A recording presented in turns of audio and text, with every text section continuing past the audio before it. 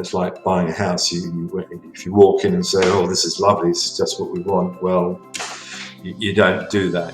It's time to negotiate.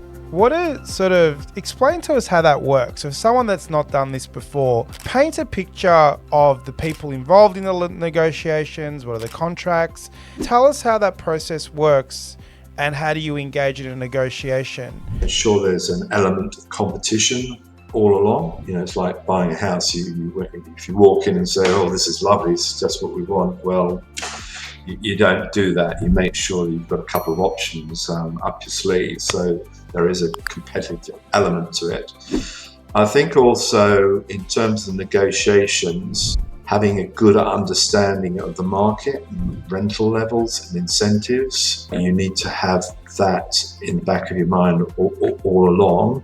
So in terms of actual negotiations, you're dealing with real estate agents. You go out with a property requirement to the market and they'll throw anything at you. So you've really got to filter that all out and come down to maybe a handful of properties, 3 or 4, and that's when the competitive element starts to occur.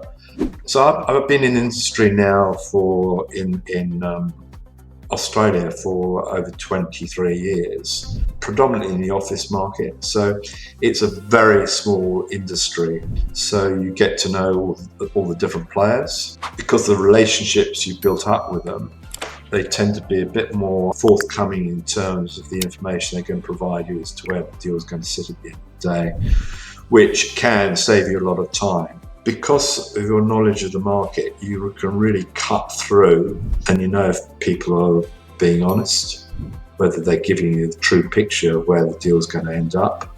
I found, certainly with our negotiation, there were certain issues where they certainly kicked back, and I know they were very important to you, such issues as we knew that the receptions were going to, the ground floor reception was going to be finished, but we were quite adamant that we needed some compensation for that, and they weren't prepared to do that. But I think we stuck to our knitting there and we got it at the end of the day. And also at the end of the day, you've got to realise, in terms of the negotiations, you've got to win the war, not the individual battles. So there's some points which are going to be, oh, we can live with that, it's not important, and not dwell on those and move on to those issues that really are important to you in terms of things like lease term and dollar, and just focus on what is important, what's not.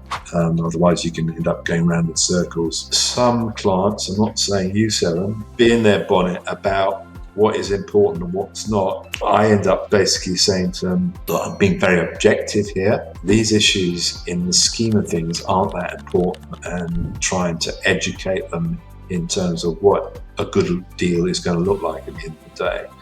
So you get a good result.